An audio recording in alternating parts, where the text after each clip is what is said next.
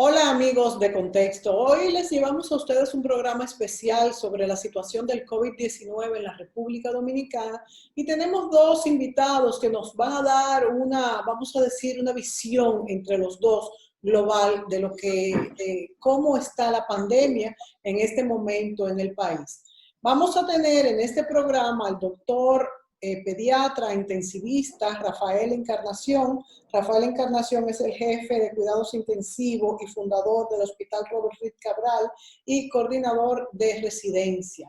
Buenas, bienvenido, Rafael Encarnación, doctor. Por otro lado tenemos... Muchas gracias, Mónica. Muchas gracias por compartir con ustedes y, bueno, pues tener un grupo de personas que nos puede escuchar y dar estas informaciones pertinentes. Claro. Por el otro lado tenemos a Juan Carlos Saladín. Juan Carlos Saladín es ingeniero industrial y es también analista de datos y estadísticas de la firma de consultores legales y de negocio Guzmán Ariza. Bienvenido, Juan Carlos Saladín Bonilla, a este programa. Muchas gracias. Julio, como siempre, con nosotros también aquí en Contexto. Quiero decir que Juan Carlos es la persona que está haciendo estas estadísticas que diariamente nos compartimos por WhatsApp y en muchos otros medios. Juan Carlos tiene una formación en estadística y como ingeniero industrial está acostumbrado a hacer estas cosas, pero este trabajo lo está haciendo, según me contó, aprovechando esta cuarentena para poder brindarnos una información pertinente que nos sirve al gobierno, al sector médico y a nosotros, todos los ciudadanos dominicanos. De manera que gracias, Juan Carlos, gracias, doctor Encarnación, por estar prestos para este programa. Es importante destacar que las estadísticas es la herramienta que nos sirve para acercar, es lo más cercano a un escenario real, por supuesto, con un margen de error, por supuesto, pero para esto los datos tienen que ser fidedignos y muchos, o sea, en cantidad suficiente. De manera que vamos a escuchar, yo quisiera comenzar con Juan Carlos para que después el doctor Encarnación nos diera así como una visión de cómo está esta pandemia en la República Dominicana. Juan Carlos, bienvenido.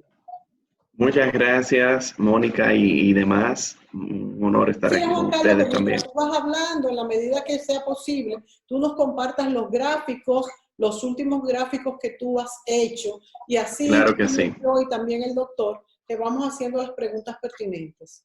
Muy bien, entonces déjenme compartir la pantalla, buscar el informe número 20, que es con las informaciones del boletín de ayer. Déjenme buscarlo y compartirlo aquí. Lo más importante es tener muchos datos para hacer las estadísticas. En el caso de Juan Carlos, él lo toma del Ministerio de Salud Pública, de la Oficina de Estadísticas y también de ¿dónde es el otro lugar? Bueno, aquí están las fuentes. De John Hopkins, que es donde tiene a nivel mundial. Y el Centro de Investigación. Ajá, de epidemiología. Así es. ¿Cómo podemos entender esto? Aquí está el informe. Lo primero es un resumen de lo que está pasando a nivel del país, donde se ponen los indicadores principales, casos confirmados, ahí incluye fallecidos y recuperados, la cantidad de aumento que hubo de un día al otro, y así sucesivamente. Ahí podemos encontrar también indicadores de cantidad por 100,000 habitantes, por ejemplo. Esto nos dice qué cantidad de personas están infectadas a nivel de 100,000 habitantes en el país. Tenemos 26 personas. Si lo llevamos los fallecidos, tenemos un fallecido por 100,000 personas.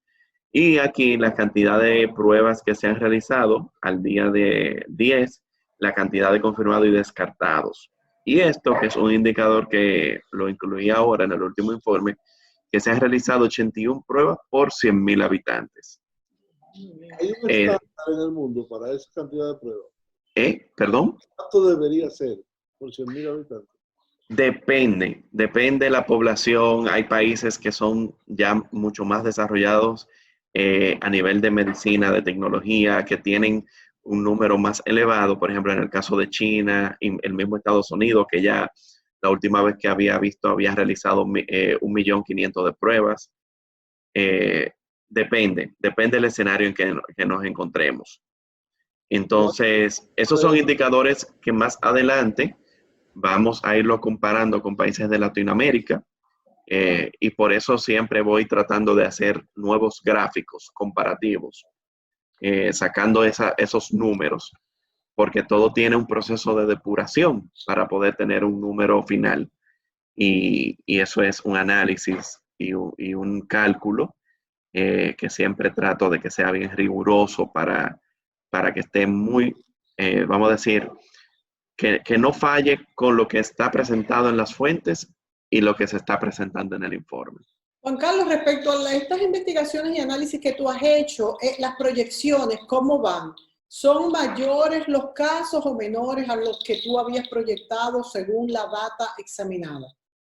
Bueno, conforme al histórico de datos que vamos acumulando todos los días y que el Ministerio de Salud Pública va publicando en sus boletines especiales, aquí podemos ver, por ejemplo, el comportamiento que ha tenido la evolución del virus desde el 20 de marzo, porque en la fuente de Johns Hopkins ya habíamos tenido el primer caso reportado el 1 de marzo, pero ya entonces hacer un gráfico tan amplio no me permitía poder mostrarle los números al lector, y por eso entonces partimos del número 23, del 23 de marzo.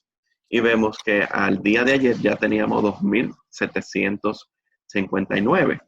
Un dato interesante, pero no lo he incluido todavía, y es qué cantidad de días toma el virus para duplicarse. Y eso yo lo calculé y al día de ayer, y es 2.759 entre 2, da 1.380, y eso nos ubica en el día 2, que quiere decir que se duplica cada 9 días. Cada 9 días, buen dato, ¿eh? Cada 9 días está duplicando su valor, sí, conforme al último dato que teníamos en el boletín. Adelante, entonces, doctor Encarnación. Juan Carlos, vamos a ver que el doctor quiere decir algo al respecto. Sí, claro. Estos modelos predictivos tienen el gran soporte dentro de las medidas preventivas que toma cada país, desde lo cual, desde ese ángulo, las comparaciones en las acciones de cada país podrían ser diferentes. Así es. Sí, y por eso vamos a ver en la página 3, donde hay un gráfico donde se ilustra el comportamiento del virus en otros países, y cómo vemos que en el país, por ejemplo en el nuestro, no llevamos un crecimiento tan agresivo como lo tenía en este momento España o Italia, y que estaban registrados, claro está. Todos estos datos son los que están registrados y que son publicados en los boletines. Entonces, como vemos aquí, por ejemplo, tenemos otro indicador importante, que es el de la cantidad de descartados y confirmados por día. En los últimos 3 días ha ido aumentando el promedio diario que se había presentado hasta la fecha, porque tenían antes, era un promedio diario de 300 pruebas. Y ya en los días anteriores, por ejemplo, en el día de ayer, se reportaron 533, en el día 9, 785, y si ustedes lo suman, ya por lo menos estamos pasando los 300 pruebas en promedio al día. Mientras más pruebas se hagan, hay que destacar esto. Dígame, doctor. Es muy bajo comparado con los países que han tenido algún tipo de éxito con el modelo de prevención dirigido hacia la toma de muestras, identificación de sospechosos, identificación de asintomáticos e identificación de enfermos. Sí, por lo que veo, ellos han ido aumentando. Eso tal vez interpreto que puede ser por la capacidad técnica, que aquí tal vez no estaban preparados para manejar esas pruebas, la capacidad diaria. Es decir, si yo lo veo a nivel de maquinaria, ¿cuál es la capacidad maquinaria que tenemos para procesar muestras? Entonces me pongo a pensar en todo eso, y que puede ser un factor que aquí nos esté influyendo en poder tener más resultados en un día y cómo eso ha ido evolucionando tal vez por las capacitaciones o los recursos que han ido llegando. Por eso siempre yo digo que siempre es bueno ir viendo cómo se va comportando esto en cada día que nos presentan datos. Exacto, porque eso, Mónica, hasta cierto punto le quita valor a la actividad de predicción. La predicción tendría que estar combinada con el esfuerzo que se está haciendo en la parte preventiva o en la fase de identificación de pacientes. No se escuchó bien, doctor. Y esa es la limitante. Sí. Ajá. Esa es la limitante en el valor de estos estudios predictivos y cómo difieren tanto entre un país y otro. Porque cuando vemos a Alemania, que testó gran cantidad, más de 350,000 personas, o el ejemplo de Corea, tuvieron más baja mortalidad probablemente porque ellos fueron capaces de identificar temprano a su población. Pero no solamente porque tengo entendido, doctor Encarnación, que en Alemania es que más bajo índice de mortalidad hay. ¿Usted lo atribuye a la detección temprana y el aislamiento? También Alemania era el país que estaba mejor preparado probablemente en el mundo. Exactamente. Para este tipo de eventos. Cuando tú veías lo que era la cantidad de respiradores, la cantidad de la población y el acceso tecnológico de la población al sistema de información y detección, Alemania estaba muy por encima de la mayoría de los países. Corea del Sur, con 50 y algo de millones de habitantes, hizo un proceso parecido y ambos tienen mortalidades bajas, muy bajas comparadas con el escándalo de Italia o con lo que está pasando en España, 10%, Italia 12% y Estados Unidos. Exacto. Que también anda por un alto porcentaje, aún siendo sociedades que tienen un índice de desarrollo mucho mayor que nosotros y probablemente igual que el que puede tener Alemania o Corea. Sí. Así es. Tenemos que ver ese comportamiento tan disímil aún en países muy desarrollados. ¿Será la gente? ¿Será que los sistemas de prevención funcionan? O como hizo Irán o Israel, que pusieron cintillos a la gente o por sus celulares. El americano, por su característica, no negocia su libertad y no negocia su individualidad. Por tanto, los sistemas pueden ser más difíciles. Aquí, pienso que en ese camino tendríamos muchas dificultades. Sí, esa es una realidad. Y también que mientras más pruebas se hacen, más confirmados tú puedes identificar, y al tener más identificados, eso mismo te ayuda a tener menor tasa de letalidad. Si nosotros tuviésemos más pruebas registradas, por un caso hipotético, y el día de hoy tuviésemos, por ejemplo, 5,000 casos confirmados, nosotros tuviéramos 173 fallecidos entre los 5,000 casos confirmados, eso nos da una tasa de letalidad de un 3.5%. ¿Ven la diferencia? Simplemente por la cantidad que se hagan y la cantidad que se van identificando.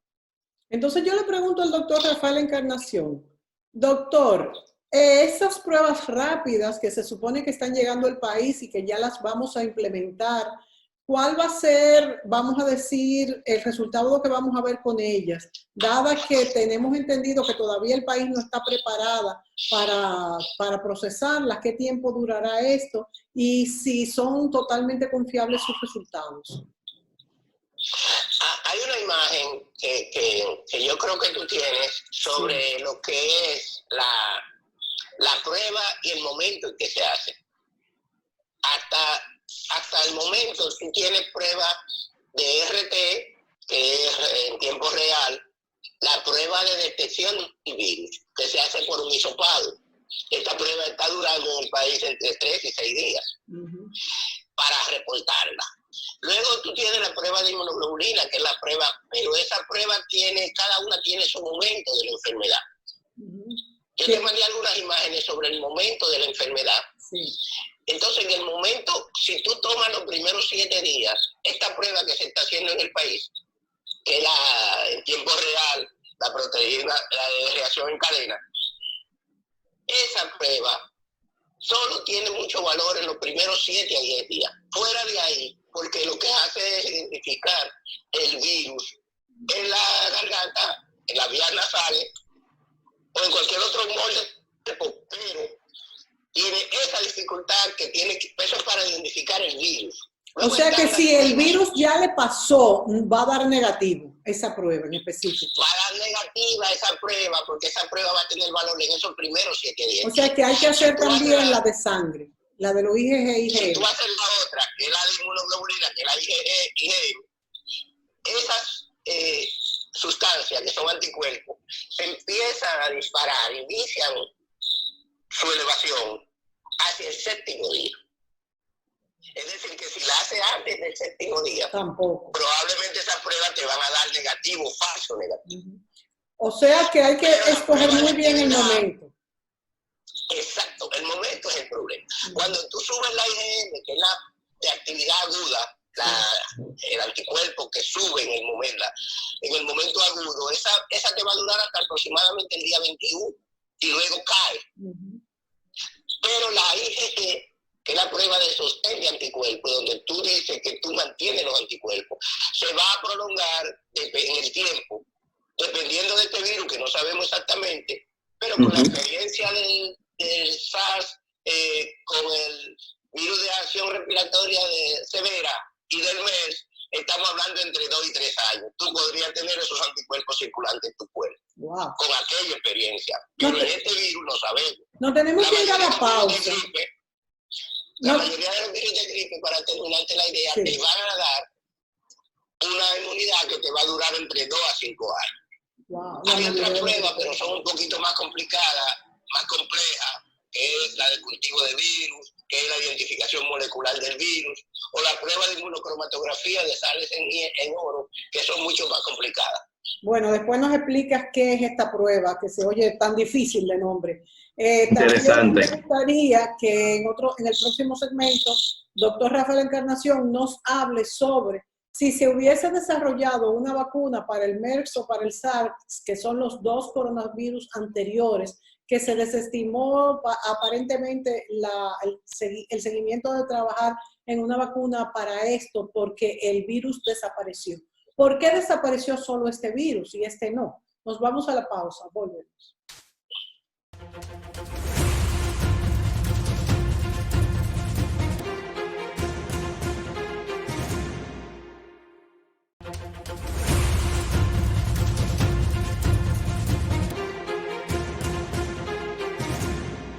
Bien, amigos, continuamos en este programa sobre las estadísticas de esta pandemia del coronavirus con el doctor Encarnación y con el ingeniero Saladín.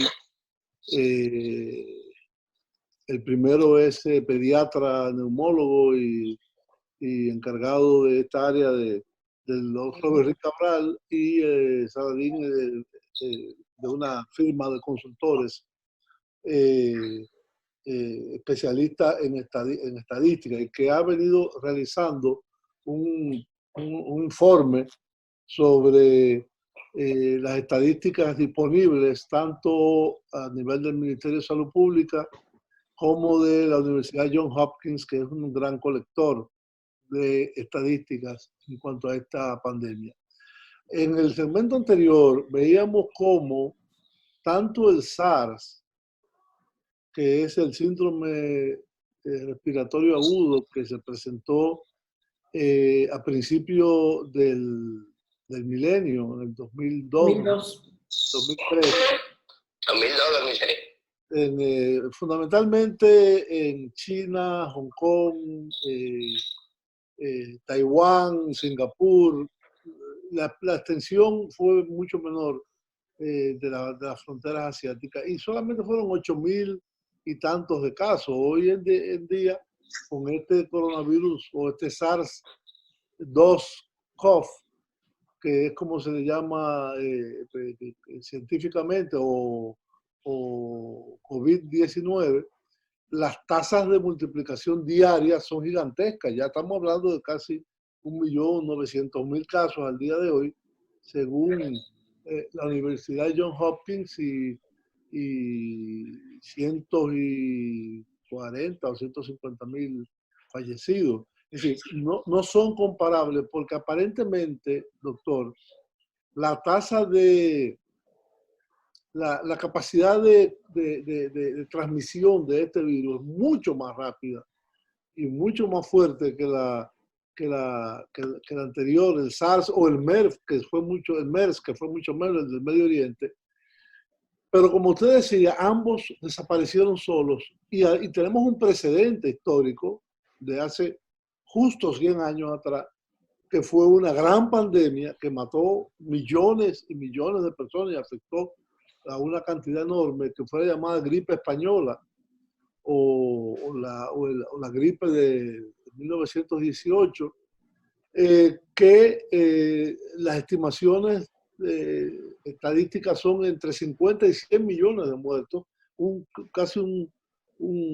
afectó a un tercio de la población de entonces del planeta, que era 1.8 mil millones, y también desapareció sola. Se podría esperar que, a pesar de las investigaciones que se hacen en muchos países y muy avanzadas, yo vi que en China están probando ya la vacuna contra el COVID-19, se podría esperar que también haya una evolución hacia una autodesaparición del COVID-19. ¿Me oyó, doctor? Parece que el doctor no te te está escucho oyendo. bien, estoy tratando de escucharte mejor.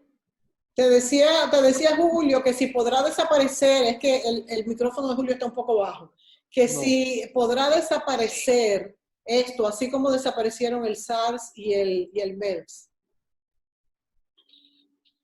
Sí, bueno, puede resurgir. El problema es de estos virus, es que pueden quedar, esto es un virus ARN, por ser un virus ARN va a desaparecer del cuerpo del individuo. ¿Qué quiere decir un virus ARN, doctor? Porque los virus pueden ser de ARN o pueden ser de ADN. Cuando son de ADN, ellos pueden permanecer en el cuerpo. Digamos el virus del SIDA. Lo hemos logrado porque el virus del SIDA, lo que hemos logrado es controlarlo.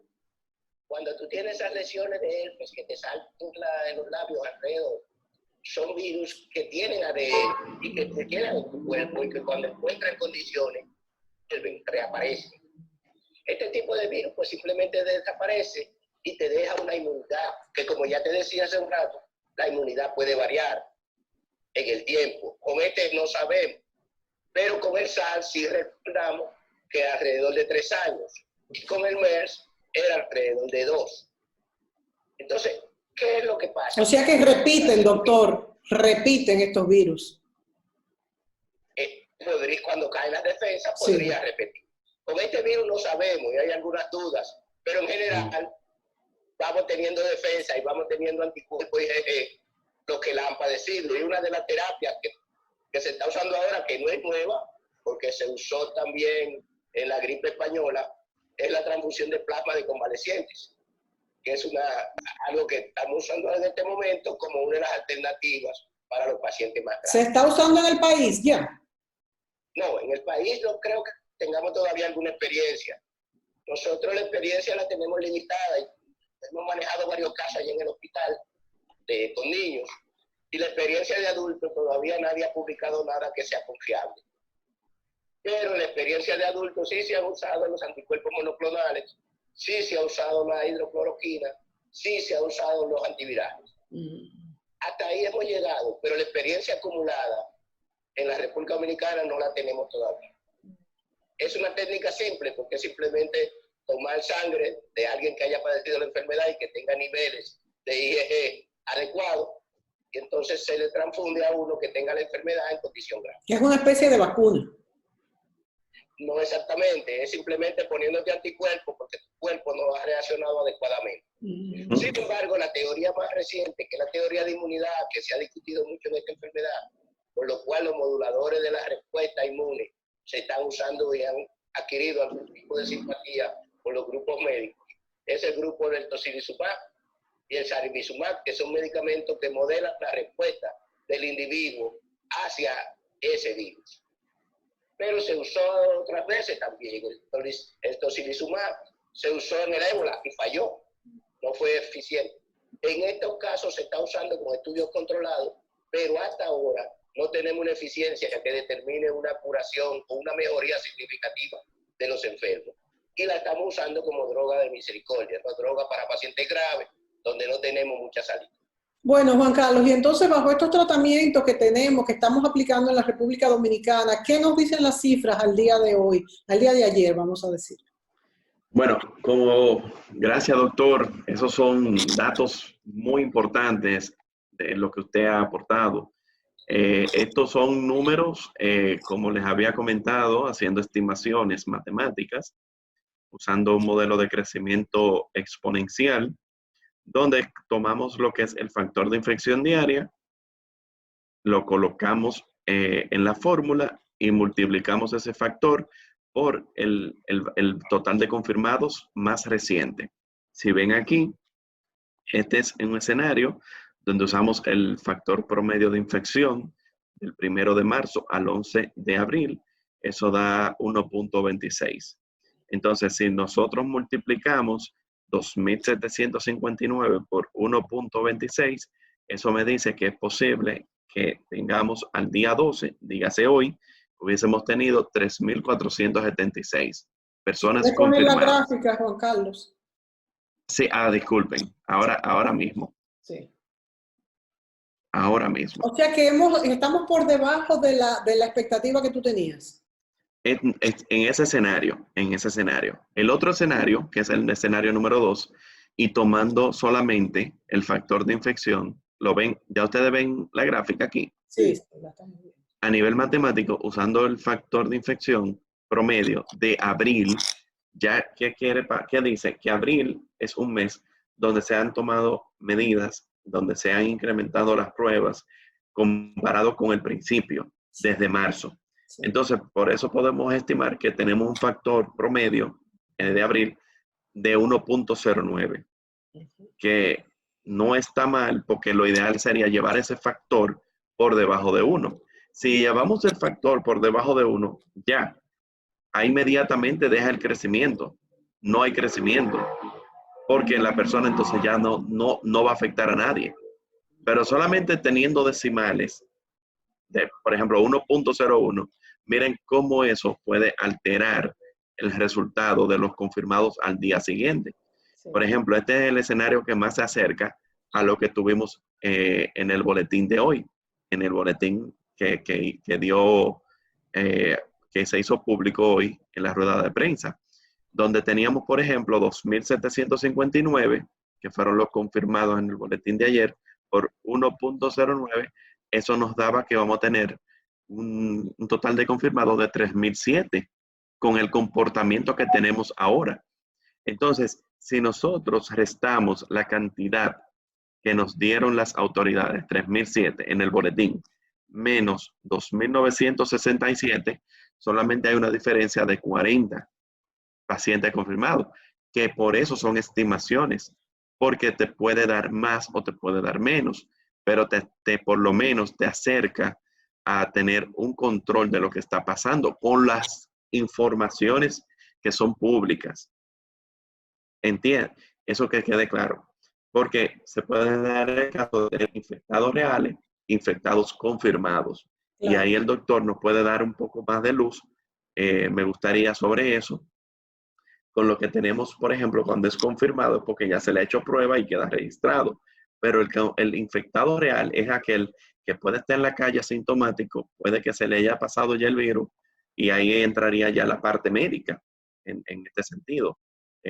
Ahí, doctor, ¿qué usted opina al respecto? Doctor, nos vamos a ir a la pausa, amigos, para volver con esa respuesta. Y también me gustaría que el doctor Encarnación nos comentara sobre cuáles son los planes a nivel médico de si esta pandemia se puede ir abriendo esta cuarentena por etapas. Volvemos.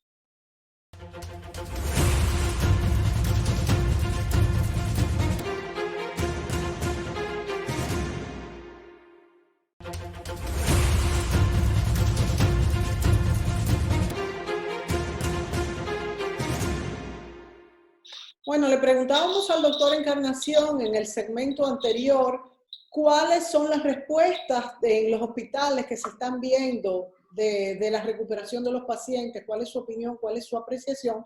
Y Juan Carlos Saladín también le hizo una pregunta, doctor. Mira, lo que estamos viendo es muchas respuestas por la televisión, por la radio y el sector estatal respondiendo. Yo pienso que la respuesta a nivel hospitalario es pobre, que estamos teniendo muy pocos recursos y que la infraestructura para poder manejar a los pacientes con seguridad para el personal no se ha establecido adecuadamente. No hay recursos. Nosotros tenemos más de un mes que nos pidieron, por ejemplo, para poner el ejemplo en el área donde estamos, en el hospital Roberto Cabral, más de un mes que nos dijeron que iban a crear un área con presión negativa, con área de cuidados intensivos para los niños y con los insumos para eso. Lo que tenemos ahora es un caos, porque no tenemos el área, tenemos que usar el área de emergencia, tenemos que exponer a los médicos, exponer a los pacientes que no tienen COVID, y entonces la respuesta estatal ha sido muy pobre.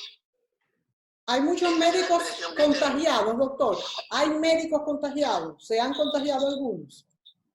Sí, en el caso de nosotros tenemos varios, y tenemos varios residentes que están afectados, porque en algún momento el paciente en el área pediátrica y también está ocurriendo ahora con los nuevos síntomas que aparecen. Por ejemplo, para ponerte un síntoma, la pérdida del olfato o los trastornos de la papila gustativa no se habían descrito en China, pero ya después volvieron y se empezaron a describir como que aparecen un 5 o 10%. Ese era un dato que hacía mucha gente imperceptible para la prueba, como decía Juan Carlos, que si vamos a trabajar con las pruebas, a qué grupo, para tener una condición de información que nos permita tener una proyección, un pronóstico. Pero allá en el hospital tenemos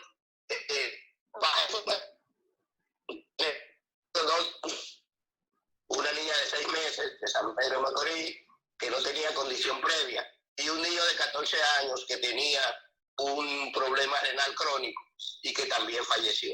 Cuando revisamos qué pudimos hacer, los recursos y la logística para nosotros hacer el trabajo, pobremente recibimos ayuda del ministerio. Es la realidad. Wow, es terrible esto. ¿Y no se están tomando previsiones para nuevos hospitales, nuevos lugares donde llevar a los afectados? Parece que eso se está haciendo principalmente en la prensa y en la televisión. La prensa escrita, radial, televisada, está recibiendo la información, pero a nivel de la práctica, los médicos no tenemos lugares donde podamos enviar con seguridad para la atención y con seguridad para el personal médico a los pacientes. Bueno, esto es un problema muy grave. O sea, porque en este momento, donde hay ya transmisión comunitaria, todo paciente en términos generales podría ser un sospechoso. Toda persona podría ser un sospechoso si le agregamos los sintomáticos. Doctor. Si le agregamos los sintomáticos y los asintomáticos. Recuerda que la experiencia de España nos dijo que por cada documentado hay entre 5 y 10 que no están documentados, excepto los asintomáticos. Y que el porcentaje del asintomático puede alcanzar entre un 30 y un 40%. Es decir, que vamos a tener de esta enfermedad, yo pienso que por mucho tiempo, y que estos países no han estado preparados. Una imagen que yo te mandé explicaba cómo desde el plan 1, antes de la llegada, cuando impedíamos la llegada de extranjeros, cuando notificábamos extranjeros, cuando identificábamos a las personas en los distintos puertos de entrada. Y como el plan hoy, con actividad comunitaria, con enfermos comunitarios, con el conocimiento que tenemos en este momento de lo que es la enfermedad, el plan tiene que cambiar y tiene necesariamente que ir dirigido a un tratamiento que no tenemos uno adecuado, a una vacuna que no existe y a una protección total del personal que trabaja en el área de salud. 100 médicos fallecieron, según las estadísticas más frías, ¿no? En Italia, a propósito del problema. 100 médicos, no estamos incluyendo enfermeras, personal de salud y personal de apoyo.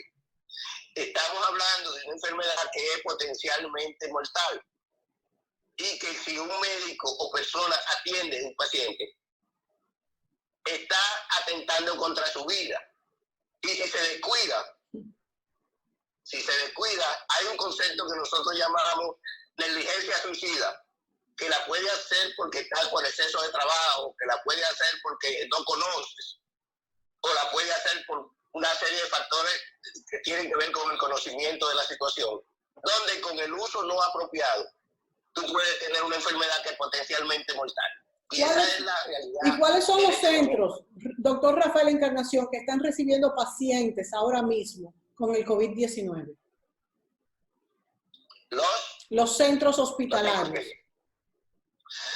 Bueno, se han habilitado prácticamente ahora mismo, todo el mundo está realizando el internamiento de estos pacientes, desde la clínica privada hasta los centros hospitalarios. En mi área, pediatría, se habilitó el Santo Socorro, se habilitó el hospital de Marcelino y se habilitó como hospital de acopio para manejo de pacientes críticos. Sin embargo, nosotros no tenemos prácticamente nada en términos de infraestructura y muy poca cosa en términos de lo que tenemos que realizar frente a un paciente con la sospecha o con la enfermedad, sea esta leve, grave o sea una enfermedad moderada. O sea, en doctor, este momento tenemos una niñita de 2 meses sospechada, porque la prueba no ha llegado, porque se está haciendo el RT-PCR y hay que esperar alrededor de 6 días con el último paciente que vi. Y la tenemos ahí, tiene indicadores, tiene la neumonía, tiene los datos.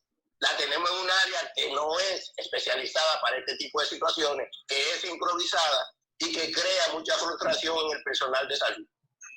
o sea, doctor, que ahora mismo no tenemos, no solamente nosotros como país, pero nuestro país incluido, no tenemos un tratamiento específico, vamos a decir, un protocolo, ni tenemos pues una proyección de cuándo podamos abrir por áreas, por sectores, el país, vamos a decir. Desde el punto de vista médico, y yo creo que Ortega podría hablar mucho de la parte económica, que es la que está como trending topic en este momento, de si vamos a seguir paralizando la economía, parcial, total o cómo.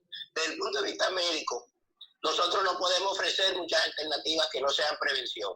Muchos medicamentos se han elaborado para esto. Ninguno hasta ahora es milagroso. Cada uno que surge da una esperanza, pero no tenemos ninguno milagroso. Hemos usado la cloroquina, la hidrocloroquina, y la gente empezó a usarla sin control, en perjuicio de su salud, porque son medicamentos que potencialmente pueden tener un efecto muy indeseable, sobre todo en pacientes que ya tienen problemas cardíacos o de arritmia cardíaca. Luego iniciamos el uso de antibióticos y toda la evidencia dice que si no hay un proceso infeccioso asociado y solamente lo va a tener alrededor de un 5 a 6% con la experiencia actual, entonces a ese grupo sí deberíamos dar antibióticos, pero al otro grupo no. Entonces, ¿cómo actúa cada uno de estos medicamentos? Los antivirales tienen su efecto como experiencia pasada. Algunos lo usamos en otros coronavirus, pensamos que puede ser efectivo en este. Los moduladores de respuesta de defensa, de nuestras defensas, que algunas de las teorías han dicho que la respuesta es exagerada y que por eso es que se daña el pulmón, o se daña el corazón, o se dañan los riñones. Y que esta respuesta podría ser modulada. Pensado cardíaco, esos pacientes con inmunidad deprimida tienen una respuesta exagerada a la presencia de este virus, lo cual hace que estemos usando inmunomoduladores. Son costosísimos, no están disponibles en todas partes, pero el uso alegre tampoco tiene su momento, porque si tú pones una gráfica que te enseñé, la enfermedad tiene varias etapas. ¿En qué etapa cada uno de esos medicamentos puede ser útil? El otro medicamento, o terapia, más que lo que llamamos hemoterapia, es la terapia de aféresis, usando lo que hablamos ahorita, plasma de personas que han tenido la enfermedad. Son terapias que no son novedosas para el circuito médico, pero sí son novedosas, igual que esta enfermedad, para esta enfermedad. Por tanto, se están haciendo intentos para ver si dan o no resultados, porque dieron parcial resultado en otros momentos. Y esa parte es la que están utilizando ahora con el plasma del paciente convaleciente. Bueno, excelentes informaciones. Es muy importante desde el punto de vista médico, pero eso es lo que tenemos como armas médicas, como recursos, aparte del mantenimiento. Espero nunca lleguemos a lo que llegó a Italia, a decidir quién se salva y quién se muere, quién puede usar el ventilador o no, si el viejo, el joven o el niño. ¿Han llegado nuevos ventiladores, doctor? No pero nos prometieron. Juan Carlos. Porque nos prometieron una área con esos equipos especial para manejar estos pacientes. En esa área tenemos un típico, pero que las condiciones no va, para no decir que pusieron un primer blog, un segundo blog y el tercero no aparece. Estamos en situación difícil real. Estamos en una situación muy difícil desde el punto de vista médico. Juan Carlos, tú vas a continuar haciendo las estadísticas. ¿Qué puedes decirnos para despedir este programa? Bueno, seguir cumpliendo con las medidas, distanciamiento social, esa es la mejor arma que nosotros podemos utilizar contra este virus. Desde mi punto de vista matemático, estadístico, para poder evitar la propagación sin control y poder cortar la cadena de transmisión. Este es, desde los números, eso es el único medio que tenemos. Como dice el doctor, no hay vacuna todavía, solamente tratamientos por etapa, y eso es lo que debemos hacer como ciudadanos. Porque, bueno, porque pueden traer, lo que yo digo es... Hablar un minuto sí. de algunas medidas alternativas que la gente está usando, algunas de ellas peligrosas y que se han popularizado en las redes, porque son medidas alternativas. Siempre ha habido una medicina alternativa, una medicina que su tendencia es aumentar las defensas orgánicas. Se fue la voz, Rafaelito. Orgánica se activa. Perdón, repite lo último. Ajá. Sí. Te decía que muchas de estas medicinas y terapias alternativas, muchas son buenas y válidas. Buenas y válidas en el sentido de que no hacen daño. Y en la idea totalmente médica, el médico jamás debe prohibir alguna terapia que tú tienes fe, pero que no te hace daño. Pero hay algunas que sí hacen daño y que pueden ser potencialmente peligrosas, como te decía, con el uso sin vigilancia médica de cloroquina o de hidrocloroquina o de antibióticos que no tienen efecto comprobado. O el uso de miel de abeja, vitamina C, zinc, activadores de las defensas naturales. O que hagas gárgara con esto o con lo otro. Hay una que me llamó la atención, que era el uso de aspirina. Y dije, bueno, aspirina, no le recomienden aspirina, por favor, que la aspirina en este momento, aunque sirve para muchas cosas, en este momento para esta enfermedad puede ser peligrosa, porque entonces